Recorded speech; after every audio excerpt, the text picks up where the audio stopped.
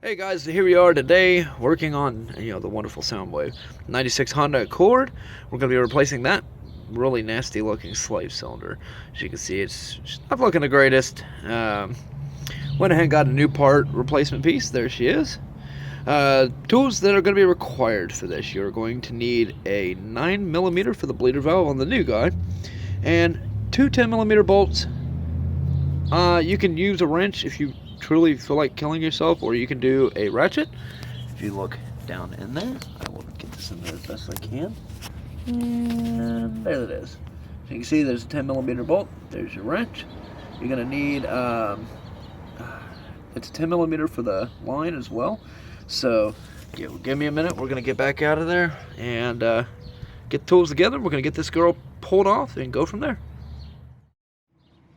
Alright guys, so we got a ratchet, got a 10mm on here, so we're going to go ahead and get this slave cylinder pulled off. So bear with me 1 second here. Actually, I think I got the wrong socket on here. Give me a sec. I feel special now.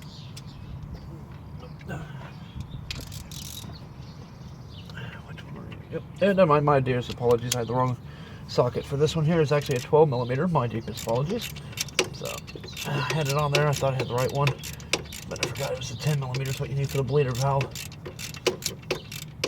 So, just get in there real quick, knock that out. Now there is going to be some tension because of the fork here, so you just got to make sure you take that into accountability whenever you're putting the new slave cylinder on there.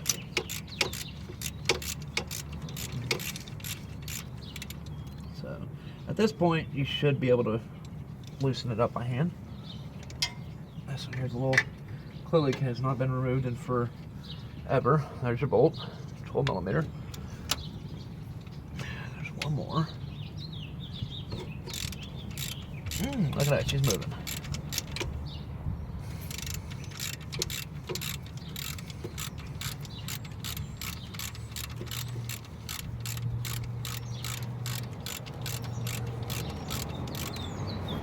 Again, you should be able to loosen it up, I think. There is, like I said, there is going to be some tension on it. Probably a lot of tension because this thing's old and worn. It probably has never been replaced. Yep, there it is. It fell off. Okay, so then you would just pull the slave cylinder out. Yeah, see that one's pretty well beat up. So then you have your line here. So stay tuned. Give me a second here. I'm going to go grab my wrench I need for it. I'll be right back. Alright guys, so 10mm, like I said, does work on this line. I had to cheat. I actually had to PB blast it and vice grips. Unfortunately, it does work like that sometimes. It's just that as you can see, it's been rusted on here for so long that it actually had sealed itself to each other. So I had to use the vice grips to actually break her loose.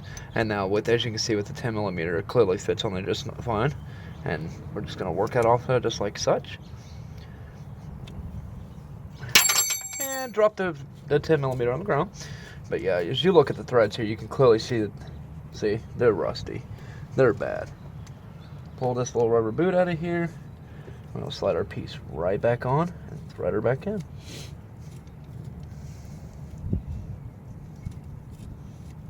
And you can hear the dirt and such grinding into the threads. Give me some reach up here, grab that 10, then we'll need it. Might even cheat and use the vice grips again just to make sure we get her tightened down fully.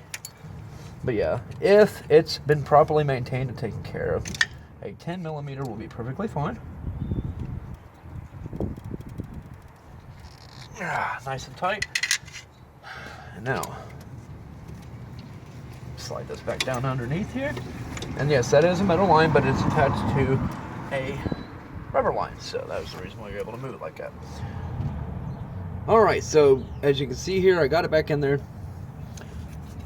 Easy solution for this is to put the back bolt in first. Push in on this guy, get him in there, and then the front bolt will slide right in. So we're going to go ahead and get her tightened up here. Give me 1 minute here. Okay, so.